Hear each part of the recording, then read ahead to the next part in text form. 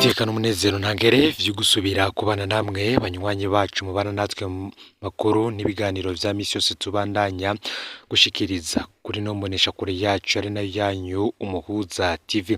Numwe tugiye kubageza ko amakuru agezwe ko muri kano kanya ariko haravugwa nga mu gihugu c'u Burundi, akaba ari amakuru tuza kugaruka ku yarabana n'ayariko aravugwa mu gisata c'ubutungane gifise aho gihura n'igisata c'umutekano ndetse n'agateka kazina muntu.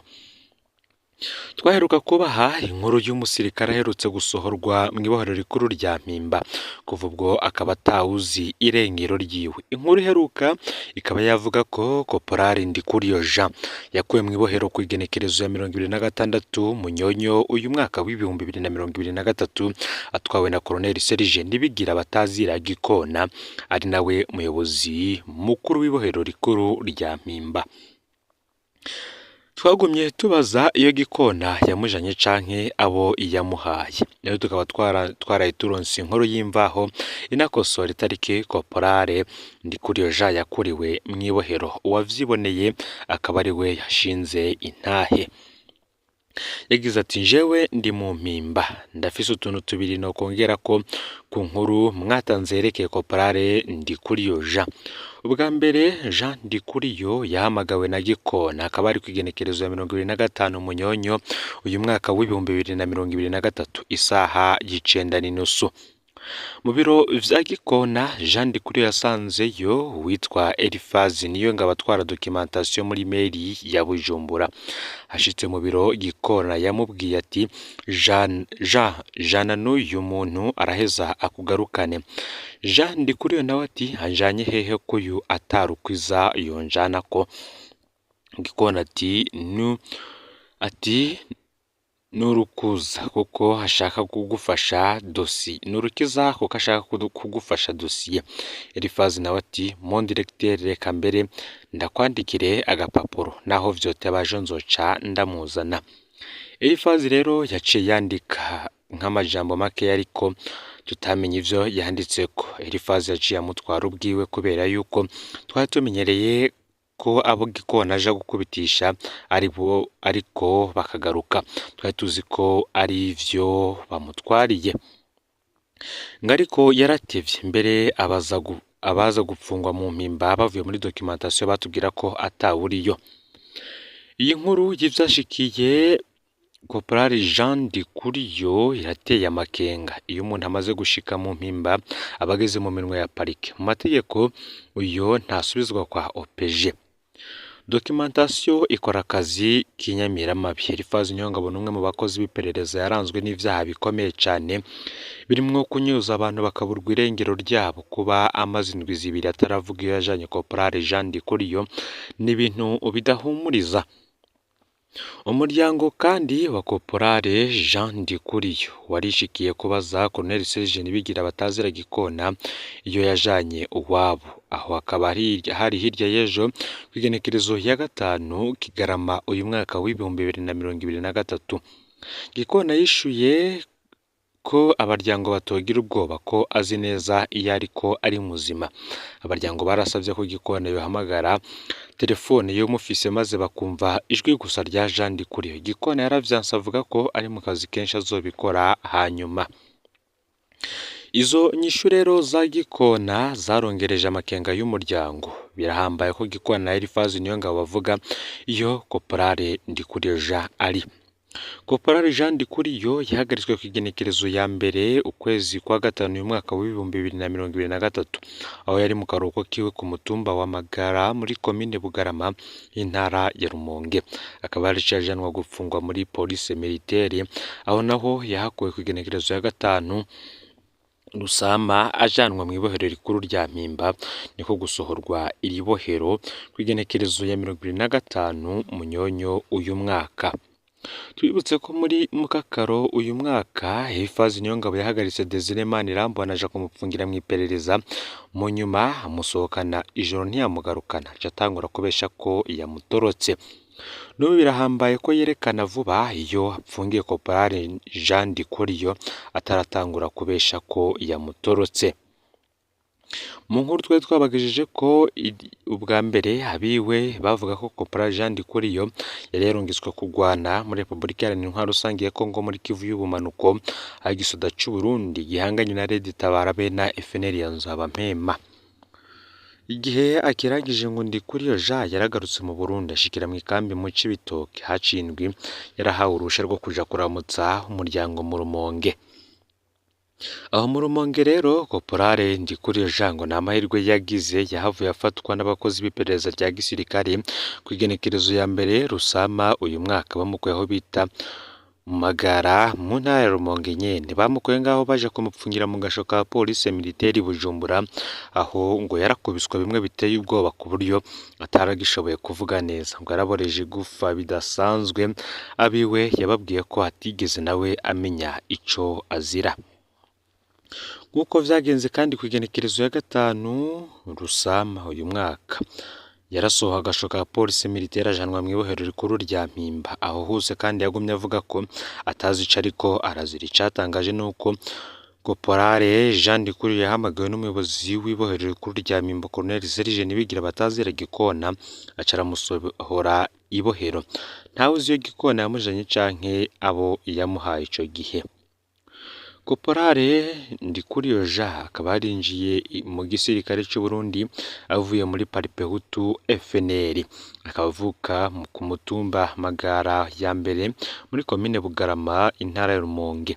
Ndikuriyo Jean akaba yaravutse mu mwaka w'1983, akaba arubatse, akaba ari umuvyeyi w'abana 4. Naho atahawe ipete rijanye n'amashure yize nk'uko vyagenda bahoze muri FNL batari bake, Ndikuriyo Jean akaba yarize gushika mu mwaka w'11 w'amashuri y'indera bigisha. Abiwe rero bafise amakenga, wabo ngo yaborejwe igufa bidasanzwe ariko ntiyamenye ico azira. Akaba aramaze amezi 6 mu Mpimba ataburanye, none abuzwa irengero atamenyeshejwe n'icaha yakoze. Ngayo rero amakuru yiwe turakomeza tuyatohoze tuze kuraba iyo uba baramujanye, niba koko nawe baramujanye kumwica nk'uko bigendera abandi bose bapfungirwa batwarwa n'uyu mukozi w'iperereza arongoye meri ya Bujumbura, bazi ko n'ubundi atarukiza rwiwe. Mu yandi makuru kandi reka tuyabandanize ko yariko haravugwa hagati y'intambara iri hagati ya Israel ndetse na Hamas. Ngiyo tujaniranya n'abasivile tuba twatsinze intambara ku munsi umwe. Wari umushikiranganje wa mbere wa Israel irasabwa n'amakungu harimo na Leta Zunze Ubumwe za Amerika, inshuti mfafe yayo, gukora ibishoboka byose kugira ngo ntihagire abasivile benshi bicwa canke ngo bakomereke. Abategetsi ba Hamas bavuga ko abantu nibura 16,248 bamaze kwicwa kuva intambara yadutse muri Gaza, hafi 3 vya 4 bakaba ari abagore n'abana. Ashigikira imikenyero y'intambara ya Israel, Naftali Bennett yahoze ari umushikiranganje wa mbere yabwiye itororokanizo rya BBC ko Israel bandanye yerekana kwihangana muri Gaza. Ati dushaka kugirira nabe basivile tuba twaratsinze intambara yose ku munsi umwe gusa wa 8 gitugutu. Twari gukubita amabombe Gaza mu Rudavage, yari kuba yabaye ya mbere yoroshe ku isi yose, ariko ntavyo twakoze. Ngo biboneka ko atagahengwe gushika ubu mu bumanuko bwa Gaza, mu gihe ingabo za Israel zibandanya zigabisha abanyagihugu ku bijanye n'urugamba rwo guhiga Hamas, cyane mu karere ka Khan Yunis, aho Israel ivuga ko abategetsi ba Hamas binyegeje.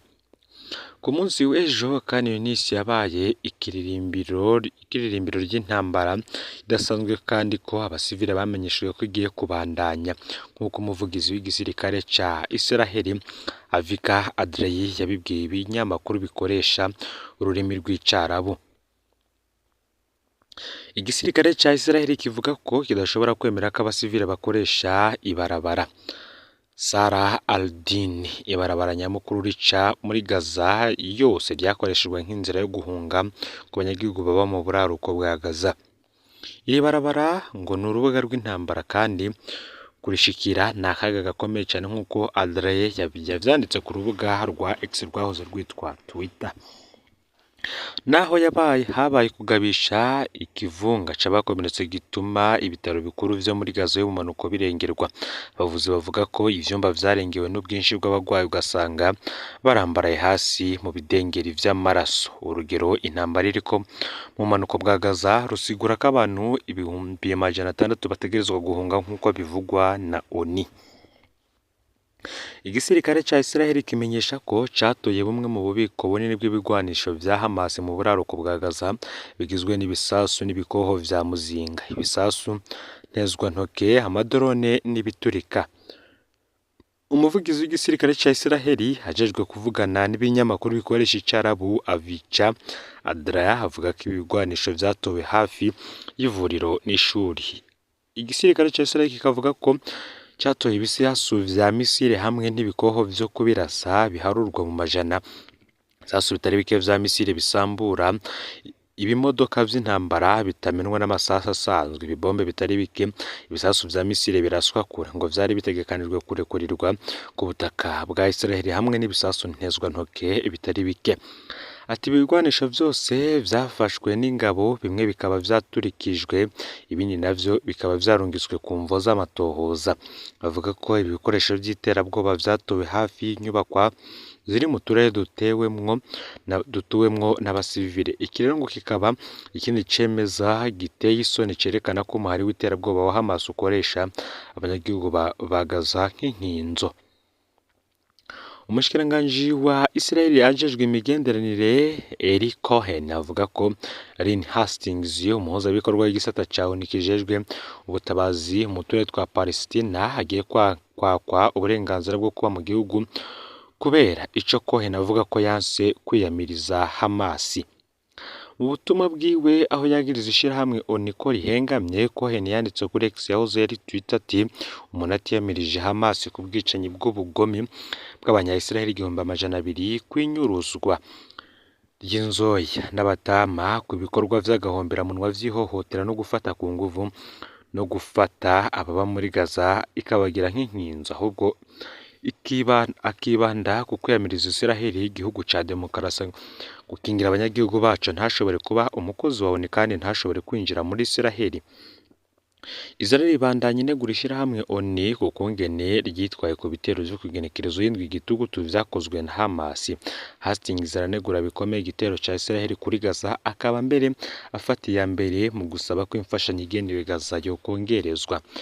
Ku wa mbere itangazo rya Hastings ryavuga riti ivyankenerwa kugira ngo imfashanyo ishikira abanyagihugu ba Gaza ntibiriho, eka mbere turi mu kubona ibintu bibi cane aho ibikorwa vy'ubutabazi bishobora kutagira ico bishitseko. Uno mupfasoni akavuga ko ubukene bw'amazi meza yo kunywa, isuku rike no gufungura nabi ari ikimenyetso c'ingwara z'ivyaduka n'akaga mu gisata c'amagara y'abantu. Aya rero niyo makuru yaragezweko muri kano kanya. Fyonde subscribe canke sabone niba utari wafyenda ko kugira ngo tujicekanwa nayo dushikiriza. Sangiza ano makuru bagenzi aho baherereye hose kugira ngo nabo baje bashikirwa nayo biriko biravugwa bagezweko ngaha mu gihugu c'u Burundi, hanze y'imbibe z'igihugu c'u Burundi ndetse no makungu ya kure. Bari mu bambere n'Umuhuza TV muhezagirwe.